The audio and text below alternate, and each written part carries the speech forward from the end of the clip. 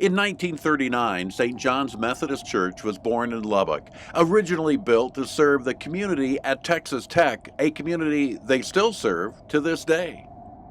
The energy from Tech is what I'm feeling, especially when school is in session and in the fall and games and things like that. We have our parking lot that people park in to go to games, and so we're very involved in the Tech community.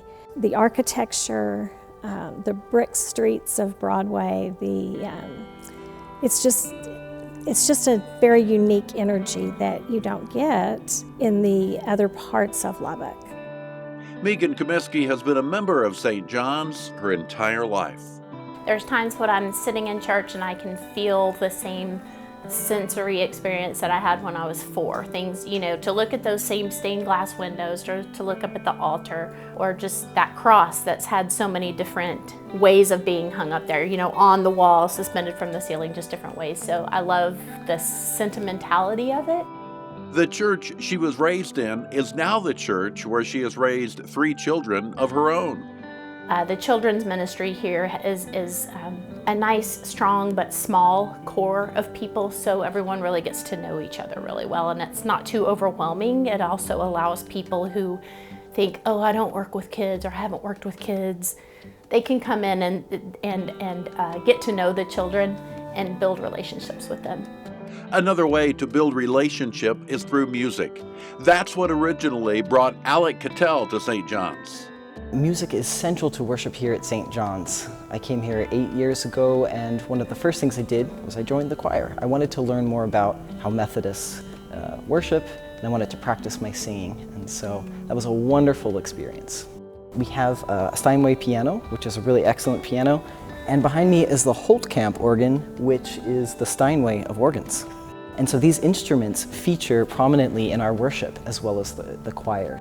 We truly sing to express our faith, to deepen our faith, to nurture each other and challenge each other in our faith.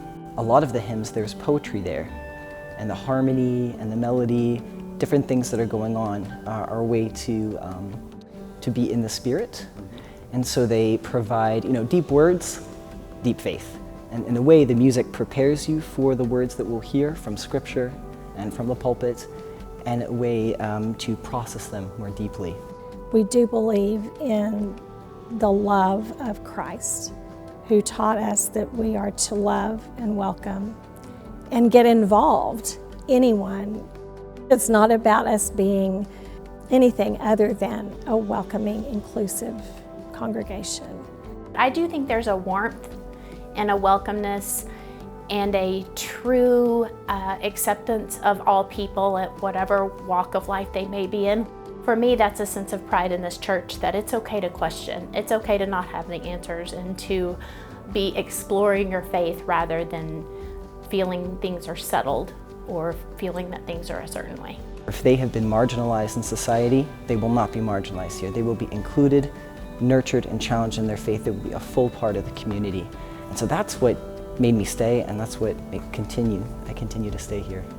My daughter and I were talking about that the other day, and she was saying, if I ever move away and somebody says church, this is always what I'm going to think of, is St. John's and that, that my church family. You're invited to join that church family for worship at 1501 University Avenue.